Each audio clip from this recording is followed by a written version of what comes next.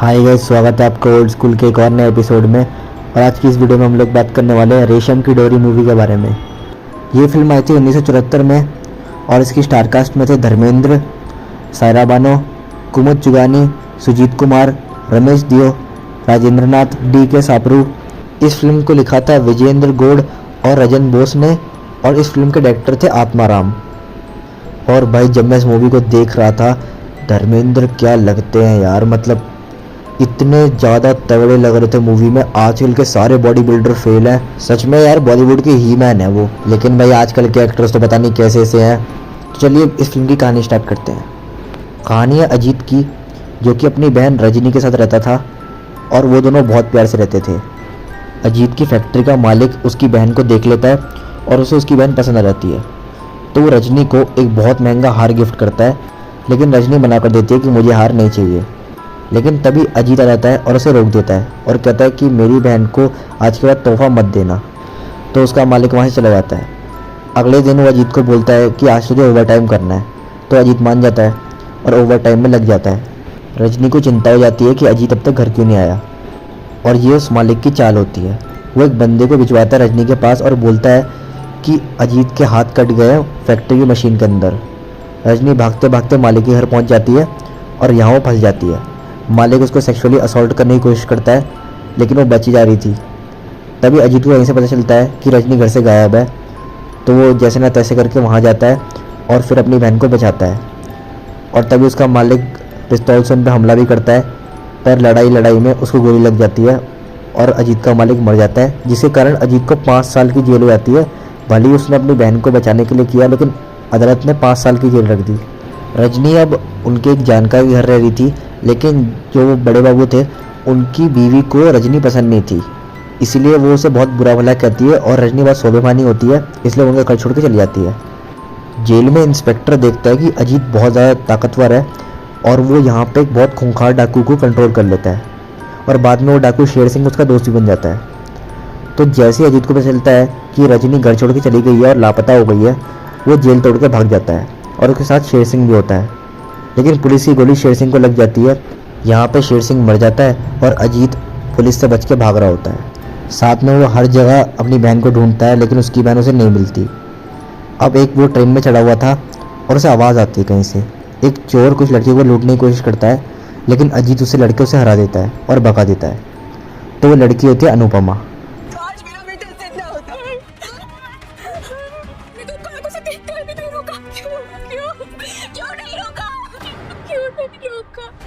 तो वो उसे कुछ पैसे देती है उसकी जान बचाने के लिए। तो वो बोलता है कि आपकी इज्जत, आपके पैसे और आपकी जान की कीमत बस 100 रुपये है, आपके पास सिवाय पैसे का और कुछ नहीं है। हाँ, ऐसा कुछ बेकार सा डायलॉग मार के वो चले जाता है। अब उस ट्रेन के सहारे अनुपमा और अजीत दोनों एक ही शहर में पहुंच जाते हैं। और अजीत वहाँ पे अनजान होता है, लेकिन अनुपमा की वहाँ फैक्ट्री थी और वहाँ उसके नाना भी रहते थे। तो दशहरा का दिन होता है और एक बंदे पर रावण गिर जाता है एक्सीडेंटली। तो अजीत उसको जाकर बचा लेता है। उसका नाम होता है विशाल। हाँ, नाम से विशाल था, वो बहुत छोटा सा बंदा था।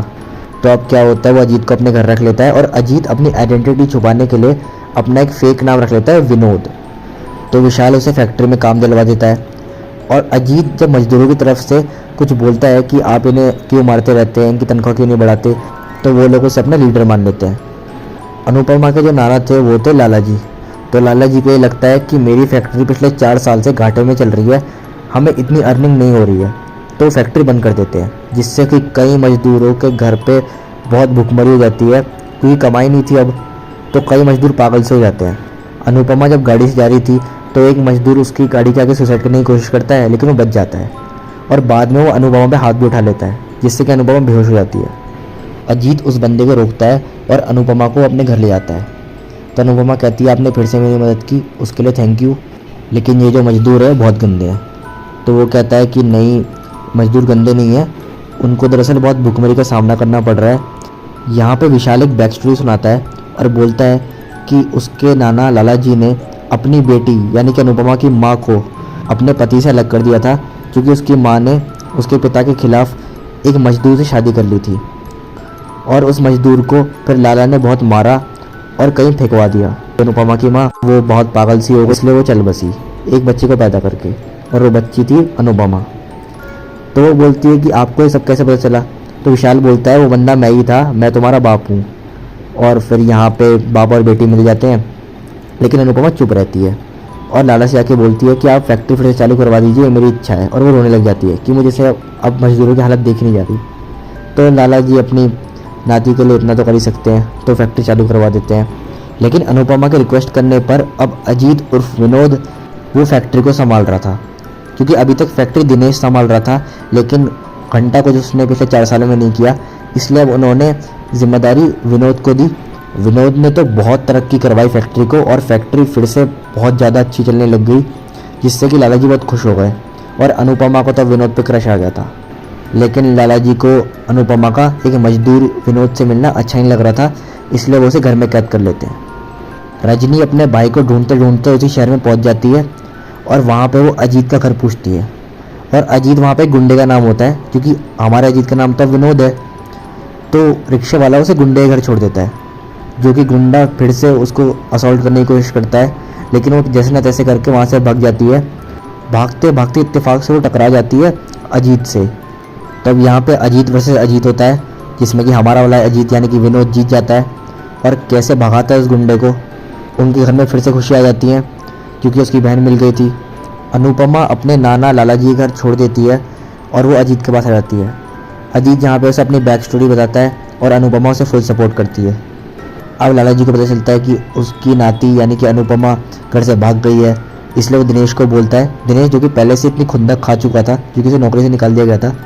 तो लाला जी दिनेश के साथ मिलकर एक प्लान बनाते हैं, फैक्ट्री में आग लगा देते हैं और फिर सारा नाम डाल देंगे हम विनोद पे, और पुलिस विनोद को ले जाएगी। लेकिन अब लाला जी के अंदर का इंसान जग जाता है, जो कि अभी तक जानवर थे वो, और उनको अपनी मिस्टेक रियलाइज़ होती है। जब दिनेश फैक्ट्री में आग लगा देता है तो पुलिस पूछती है कि किसने आग लगाई। तो लाला जी खुद अपना ही बांडा फोड़ देते हैं कि दिनेश ने आग लगाई है, और पुलिस उसको ले जाती है। यहाँ पे सब फिर अजीत की बहुत तारीफ़ करते हैं, क्योंकि उसने कई मजदूरों को जलती हुई फैक्ट्री से बाहर निकाला था। लेकिन वो अपने आप को पुलिस को सरेंडर कर देता है, बोलता है कि ये फैक्ट्री भी अब जल चुकी है और मेरी बहनी मुझे मिल चुकी है, मुझे किसी की चिंता नहीं है, क्योंकि अब लाला जी भी अच्छे हो चुके हैं, अब मुझे आप अरेस्ट कर सकते हैं। और पता नहीं बहुत बेकार सा ट्विस्ट आता है, लेकिन हैप्पी एंडिंग तो करानी ही थी। तो एक बंदा आता है जो गवाही देता है कि मैंने खून होते हुए देखा है, और दरअसल गोली इसके मालिक ने अपने हाथ से मारी थी, इसकी तो गलती भी नहीं थी, तो खाली अपनी बहन को बचा रहा था। तो अदालत अब बोलती है कि इसने बहुत अच्छे अच्छे काम किए, ऊपर से इसकी गलती भी नहीं है, इसे चलो छोड़ ही देते हैं, और हैप्पी एंडिंग हो जाती है। तो ये थी फिल्म की स्टोरी, और काफ़ी इंटरेस्टिंग थी वैसे, अगर कुछ बातों को साइड रख दिया जाए तो। और हाँ, मूवी एंटरटेनमेंट के लिए होती है।